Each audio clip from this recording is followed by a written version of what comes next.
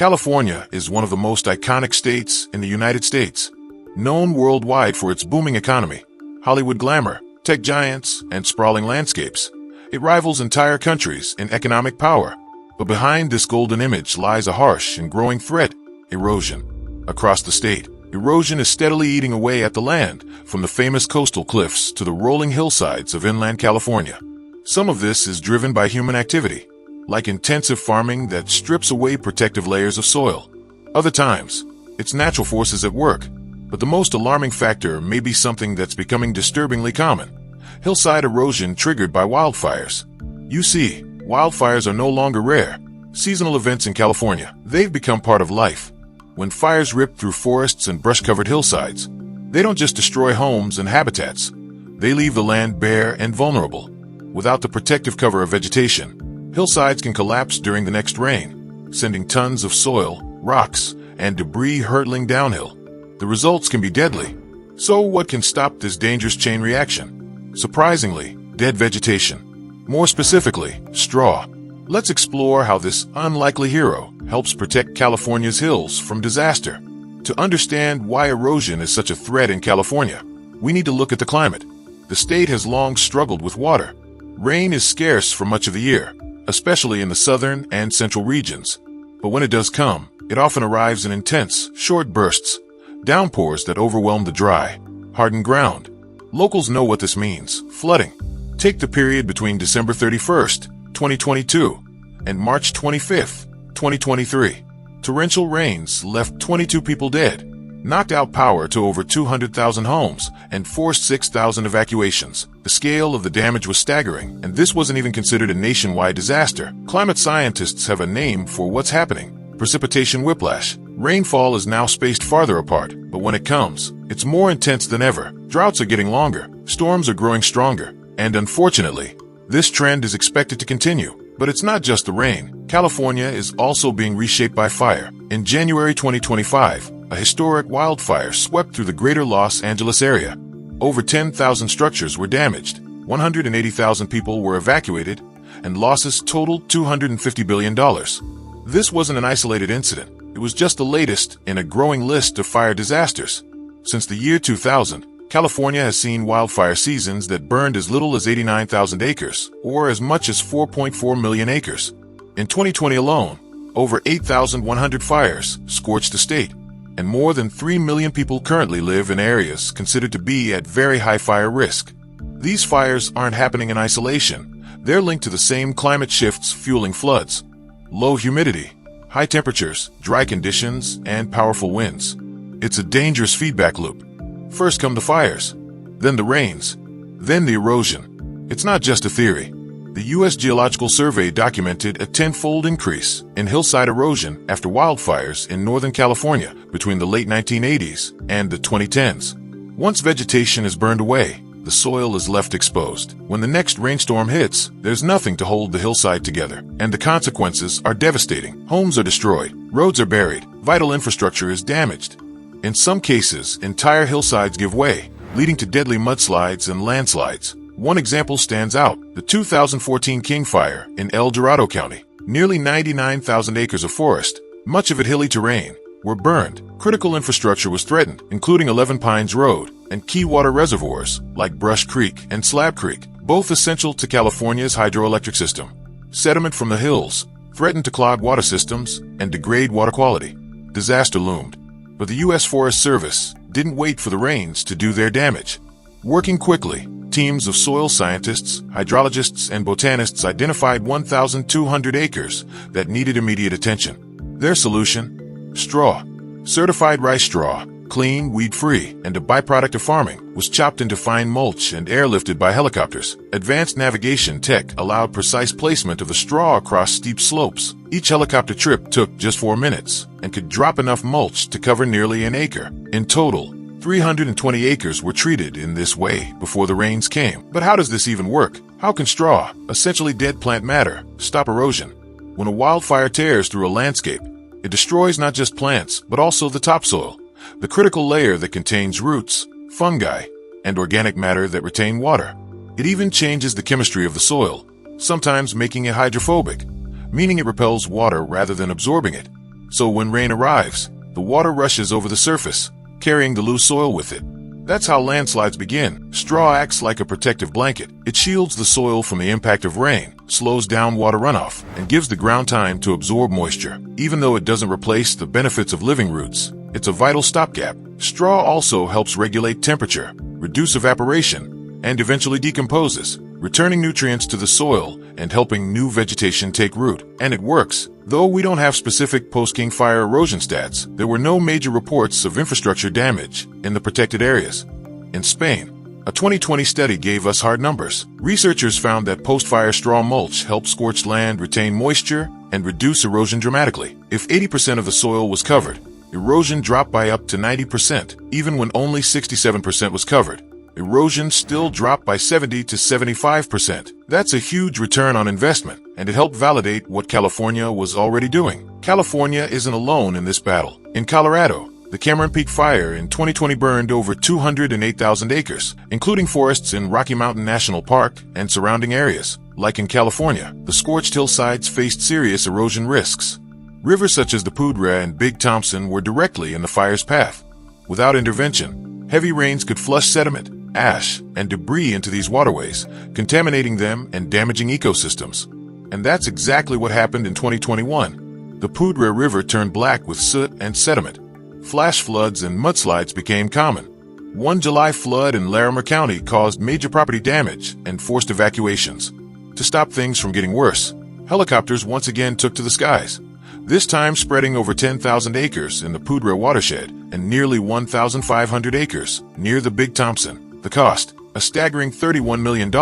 Just one helicopter flight cost between $5,000 and $6,000, and it only covered 2.4 acres at a time. But even at that price, experts agreed it was worth it. Without intervention, the environmental and economic toll could have been far higher. Straw mulching isn't a silver bullet. It's temporary, designed to last just long enough for natural vegetation to recover. But in that window, it can be the difference between a healthy forest comeback and a landscape lost to erosion. And it does more than just protect against runoff. It supports new plant growth by keeping the soil moist and nutrient-rich. It even suppresses invasive weeds, giving native species a better shot at survival. In places like California, where the balance between fire, drought, and floods is tipping further into chaos, this kind of recovery support is essential. As wildfires become more frequent and more intense, erosion will continue to threaten California's hillsides. But with smart, science-based responses like straw mulching, the state has a powerful tool to hold the line. It's not flashy. It doesn't grab headlines. But sometimes, the most effective solutions are the simplest, like dropping straw from the sky to save the land below. Because in California's battle against erosion, every blade of straw counts. Look closely at this small town, Maxwell, California. With a population of just around 1,000 people, it's a quiet, unassuming place nestled in the northern part of the state. There's not much that makes it stand out, except for one thing. Soon, nearly 475 billion gallons of water will be stored in a nearby valley, thanks to a new infrastructure project with a jaw-dropping price tag of $4 billion. At first glance, that might sound contradictory. California is notorious for its water shortages. In many parts of the state, residents are used to saving water year after year, cutting back on everything from showers to lawn irrigation. Farmers, who make up a large share of the state's water consumers, are under constant pressure to conserve every drop for their crops.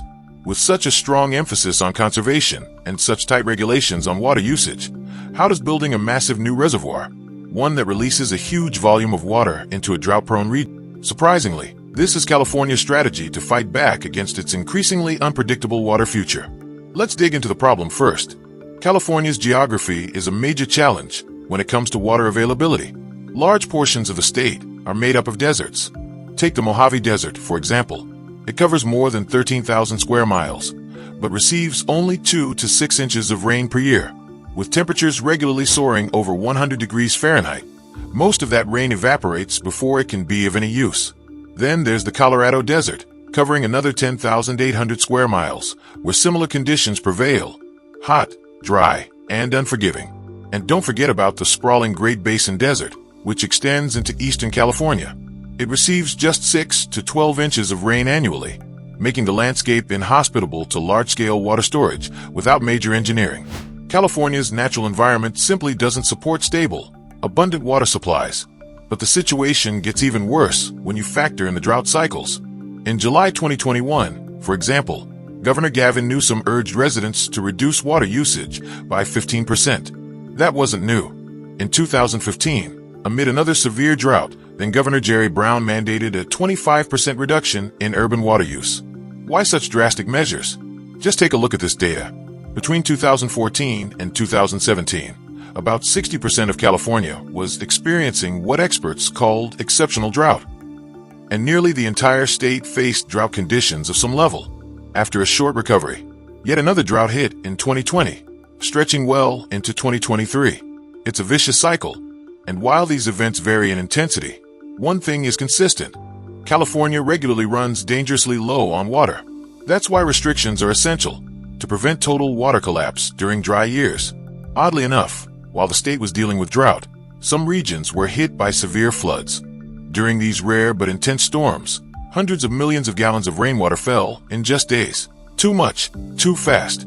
The flooding damaged homes, infrastructure, and in some cases took lives. That's the paradox of California. Not enough water when you need it, and too much when you don't. Naturally, this contradiction sparked a big idea. What if California could capture floodwaters and store them for future use? This idea dates back to the 1950s and 60s, when the state first launched the California State Water Project, SWP. It led to the construction of one of the world's largest water infrastructure systems. Key components of the SWP include the San Luis Dam, which created the San Luis Reservoir, capable of storing 792 billion gallons. Another is Lake Oroville, formed by damming the Feather River, with a capacity of 1.1 trillion gallons. Water from these reservoirs is transported through a vast network of pipelines and canals.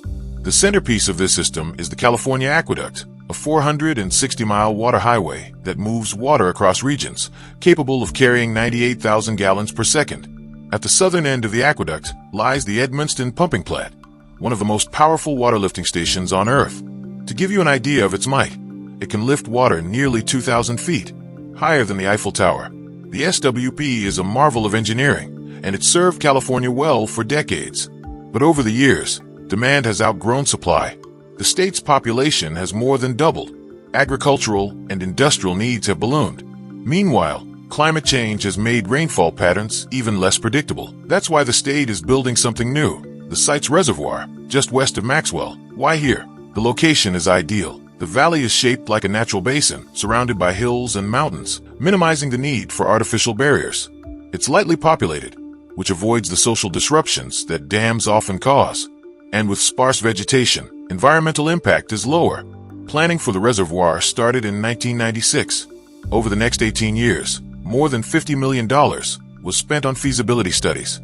The project will require 12 dams, 3 large ones and 9 smaller ones, to contain the water. The tallest of these, the Golden Gate Dam, will rise 285 feet. Not quite a record breaker, but still impressive. For comparison, Lake Oroville's dam stands at 770 feet, making it the tallest in the U.S. The site's reservoir will be enormous. It will stretch 13 miles from north to south and 4 miles across, with a maximum depth of 262 feet. When full, it will store up to 475 billion gallons, ranking it among California's largest reservoirs. But what makes Sites truly unique is its off-stream design. Unlike traditional dams, it won't block a river. Instead, it will divert water from the Sacramento River, but only during times of high flow, and only after environmental and legal obligations are satisfied. During droughts, water from Sites can be released back into the system, providing a much-needed buffer against shortages. According to officials, the stored volume is enough to supply 7.5 million people for an entire year. The water will be moved through existing infrastructure, pumping stations, pipelines, and canals, reducing the need for new construction and minimizing environmental disruption. And there's another advantage. A large portion of the reservoir's water will be reserved for environmental purposes. California's ecosystems have suffered during past droughts. Sites is designed to stabilize river flows, improve wetland conditions, and even help endangered fish species, including the Sacramento salmon. Because the reservoir won't sit on the river itself, salmon migration routes remain unobstructed. That's a major win for conservationists. Sites may also work in conjunction with Shasta Lake to deliver cold water, essential for salmon spawning. Still, it's not all good news. Some environmental groups remain opposed. While Sites won't directly dam a river, it will draw water from the Sacramento, and during peak diversion, it could take up to 60% of the river's flow. Critics worry this could endanger not just salmon, but 23 other vulnerable species. Evaporation is another concern. With California's high temperatures, it's estimated that 9.7 billion gallons of water will evaporate from sites each year, water that will need to be replaced. There's also the issue of emissions. In 2023, the group Friends of the River, backed by the Tell the Damn Truth campaign and funded by outdoor clothing brand Patagonia, released a report stating that the site's project could emit around 362,000 metric tons of CO2 annually during operation. Much of that comes from methane, released as submerged vegetation breaks down. Despite these concerns, many believe the benefits outweigh the drawbacks. The site's reservoir is scheduled for construction between 2026 and 2032, and it's a key part of California's water strategy. But it won't be enough on its own. That's why California is also turning to wastewater reuse. As of 2025, the state treats over 224 billion gallons of wastewater each year. Most of this is used in agriculture, which consumes about 80% of California's developed water supply. Reusing water here frees up more clean water for households and industry. The state is also investing in groundwater recharge, injecting treated water into aquifers for future use. In Orange County, one facility alone recharges 98 million gallons per day. Industries are also embracing recycled water for cooling systems, concrete mixing, and even paper production. Why? It's cheaper than raw freshwater and doesn't require extreme purification. So maybe, in the not-so-distant future, California will finally break its cycle of drought and desperation. Not by changing the climate, but by changing the way it stores, uses, and values water. This is the Great Man-Made River, a colossal engineering feat buried beneath the sands of Libya. Dubbed the world's largest irrigation project, the Libyan government even went as far as calling it the eighth wonder of the world. And to many, that wasn't just propaganda. This bold and ambitious project was the dream of Libya's former leader, Muammar Gaddafi. His vision, to turn Libya's arid desert into fertile land as green as the Libyan flag during his regime, a completely green banner representing the Libyan Jamahiriya. But how close did they come to realizing that dream? How was this river built beneath the desert? And what has become of it today? Let's dive into the story of a river without a drop of surface water. A megaproject born out of desperation, vision, and oil money. Let's begin with the geographic reality of Libya. It's a country located in North Africa, with its entire northern edge lining the Mediterranean Sea. But beyond that narrow coastal strip lies a vast and unforgiving landscape, the Sahara Desert. In fact, about 90% of Libya's land area is desert, and half of it is classified as sand desert, a literal sea of sand dunes and rock. Libya's biggest geographical disadvantage is its lack of freshwater resources. There are no permanent rivers or lakes to speak of. Instead, it has wadis, dry riverbeds that occasionally fill with water after rare rainstorms, only to evaporate quickly. These conditions make Libya one of the driest nations on Earth. Most of the country's rainfall is concentrated in a tiny sliver along the coast, which makes up less than 5% of Libya's total area. Even there, average annual rainfall is just around 4 inches. In the interior, rain is practically non-existent, falling in brief, heavy showers at the end of winter and early spring. That's it. Unsurprisingly, most of the population clusters in cities along the coast, where water is at least somewhat available. According to data from 2020, nearly 80% of Libyans lived in urban areas, roughly 5.4 million people out of a total population of 6.8 million. In rural regions, people survive in small pockets, mainly around oases, using traditional irrigation methods for farming. But water access remains a constant struggle. Water scarcity is a well-known crisis in the Middle East and North Africa.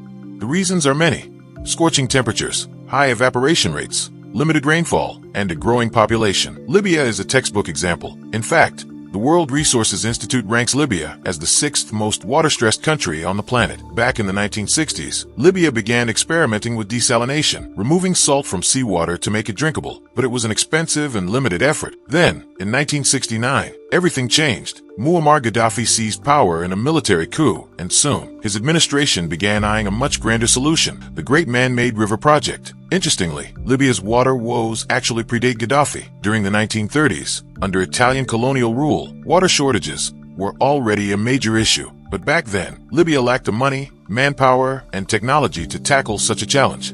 That all changed in the 1950s, when oil exploration began in earnest. In 1953, while drilling for oil in southern Libya, foreign companies made an unexpected discovery. Not only did they strike large oil reserves, they also tapped into massive underground reservoirs of freshwater.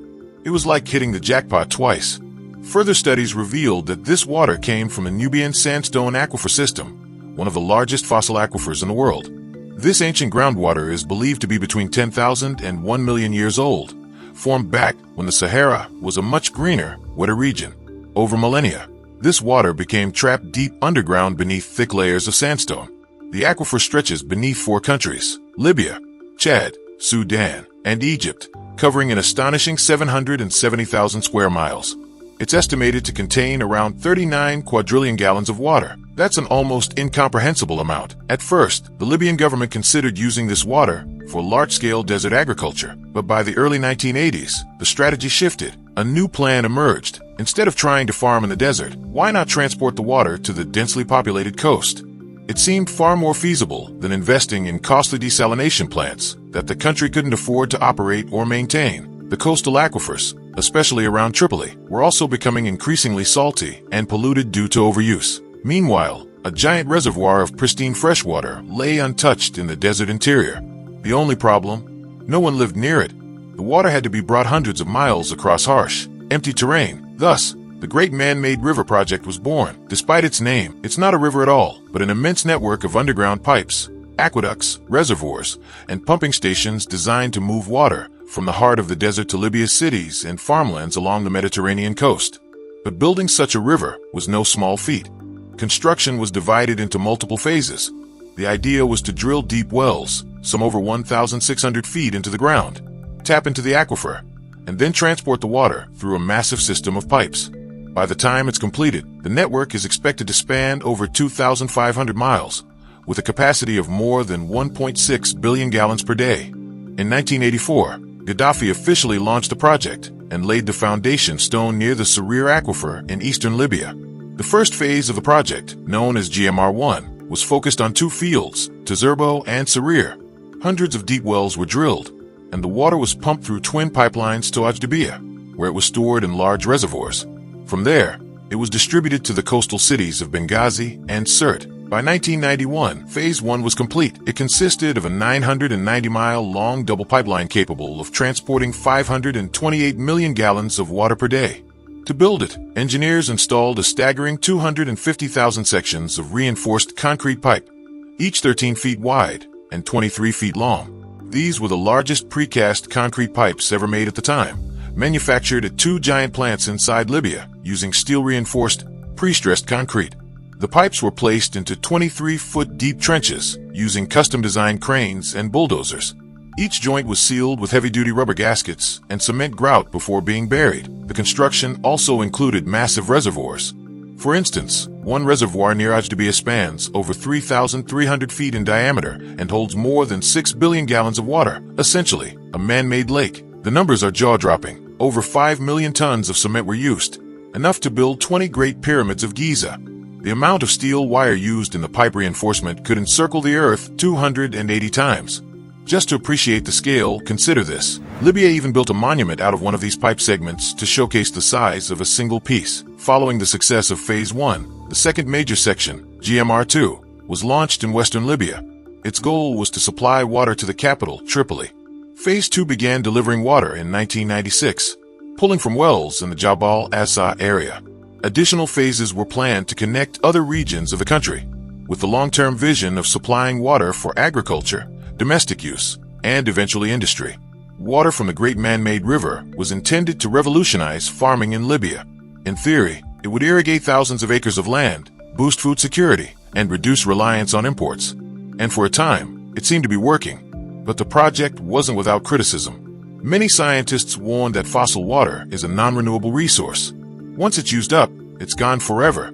The Nubian aquifer is not actively replenished, especially not in a region where rainfall is so rare. Some also questioned the environmental and geopolitical implications of extracting water shared by multiple countries. Then came the civil war. After Gaddafi's fall in 2011, Libya plunged into political chaos. Maintenance of the Great Man-Made River became difficult. Many of the pumping stations and pipelines were damaged during the conflict. In recent years, armed groups have even used water flow as a bargaining chip, cutting supply to cities like Tripoli for political leverage. What was once a national symbol of pride is now struggling to stay functional. Still, the great man-made river remains a powerful example of human ingenuity, a testament to what's possible even in one of the harshest environments on Earth. Whether it will continue to provide water to future generations, however, depends on Libya's stability, resources, and commitment to managing this fragile legacy. So, did they manage to turn the desert green? For a moment in history, they came close, but the river, like the nation that built it, now stands at a crossroads.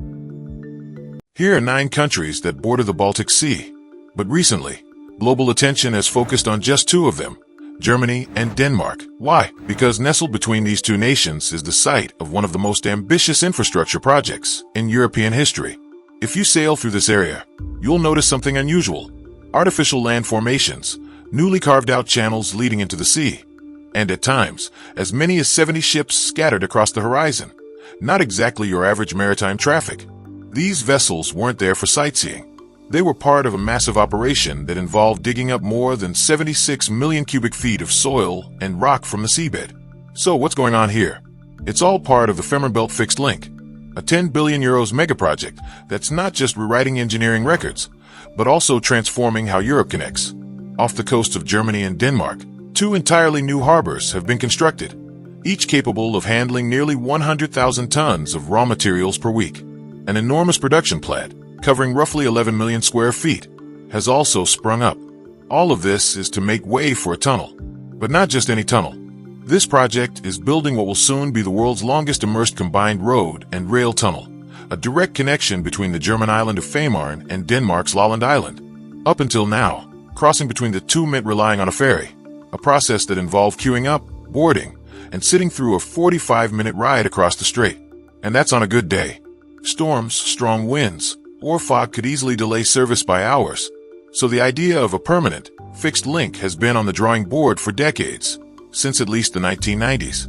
Initially, the concept was to construct a 12-mile cable-stayed bridge with a 4-lane highway and 2 electrified railway tracks. The design was dramatic, featuring 4 giant pylons, each nearly 920 feet tall, and 3 central spans, each stretching 2,375 feet. If built, it would have set world records for the longest spans on a combined road-rail bridge. Construction was supposed to begin with the goal of opening in 2018. The Danish company Fehmarn AS was awarded the contract to develop the project.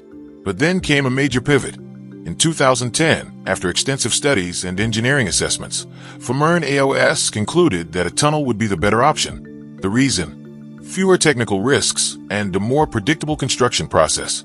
The seabed's geology, with its challenging mix of soft clay and hard limestone, made the bridge option far more complex and risky.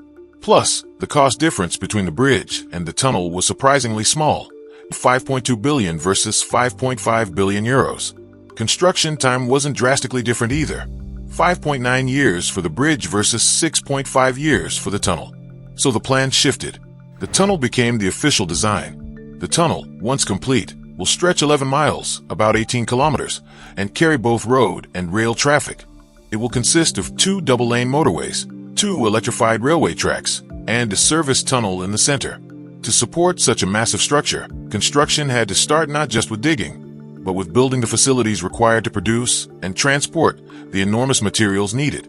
That's where the gigantic manufacturing plant comes in. Built near the Danish town of Rødbyhavn on Lolland, this facility is the largest of its kind in the world.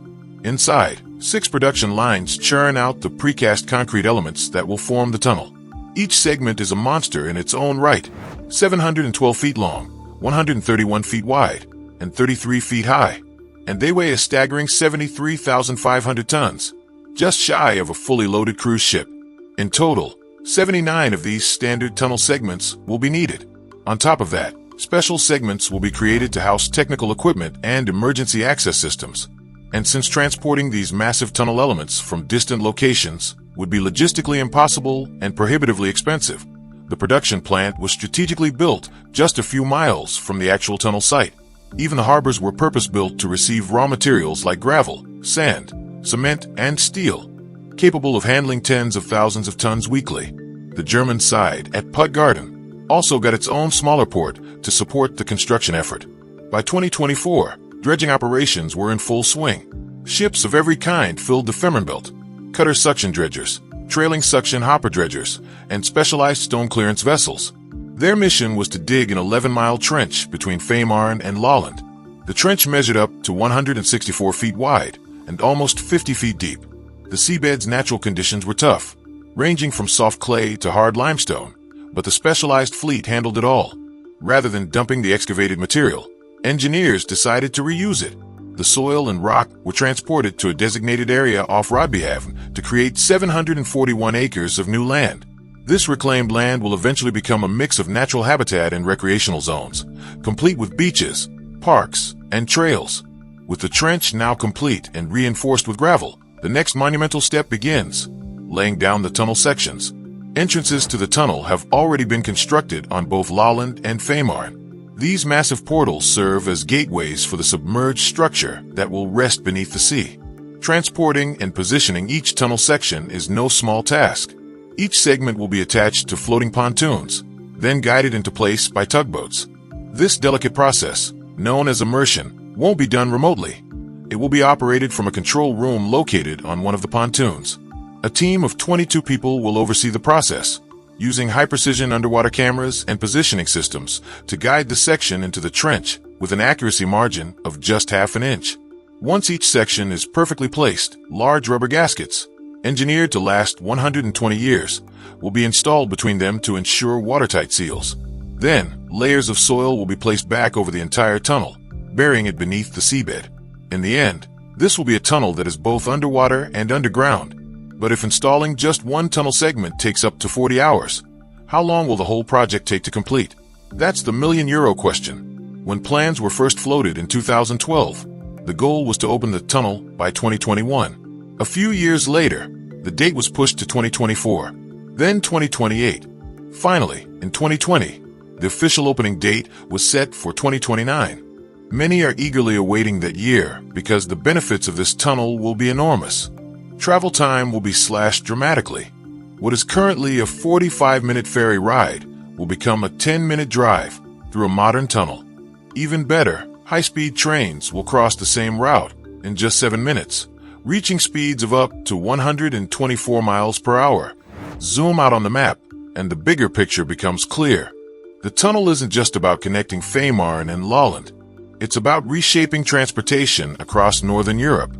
Once completed, it will create a direct link between Scandinavia and Central Europe.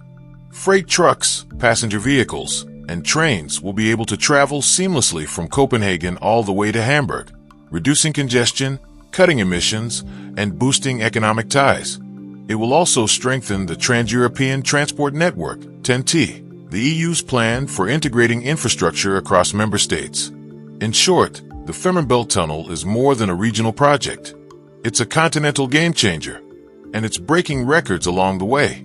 When finished, it will hold the title for the world's longest immersed tunnel, the longest combined road and rail tunnel, the longest underwater road tunnel, and the second deepest underwater concrete tunnel ever built. It's not just a feat of engineering, it's a symbol of ambition, collaboration, and the future of European connectivity. From blueprint to reality, the Fehmarnbelt Fixed Link is a marvel in motion. And as the countdown to 2029 continues, it's already shaping up to be one of the defining infrastructure projects of our era.